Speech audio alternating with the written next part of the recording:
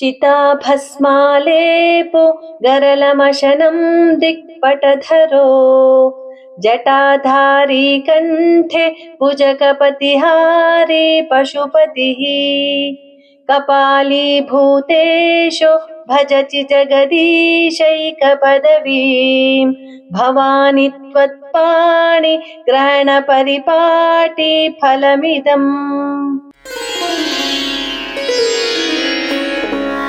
ಯಾರ ಶರೀರವು ಪವಿತ್ರ ಚಿತಾಭಸ್ಮದಿಂದ ಲೇಪಿತವಾಗಿರುವುದೋ, ಯಾರು ವಿಷವನ್ನು ಸೇವಿಸಿರುವನೋ ಮತ್ತು ಶರೀರವು ನಗ್ನವಾಗಿರುವುದೋ, ಹಾಗೂ ಯಾರ ಕೂದಲು ಜಟೆಯಾಕಾರದಲ್ಲಿರುವುದೋ, ಸರ್ಪವನ್ನೇ ಕಂಠಾಹಾರವನ್ನಾಗಿ ಧರಿಸುವನೋ, ತನ್ನ ಹಸ್ತದಲ್ಲಿ ಕಪಾಲವನ್ನು ಭಿಕ್ಷಾಪಾತ್ರೆಯನ್ನಾಗಿ ನೇತು ಹಾಕಿಕೊಂಡಿರುವನೋ, ಜಗದೀಶನೆಂಬ ನಾಮವನ್ನು ಪಡೆದಿರುವನೋ, ಓ ದೇವಿಯೇ, ಭವಾನಿ ಆದಿದೇವತೆಯೇ, ಅವನಿಗೆ ಹೇಗೆ ಈ ರೀತಿಯ ವಿಶ್ವವ್ಯಾಪಿ ಸ್ಥಾನವು ಲಭಿಸಿತು?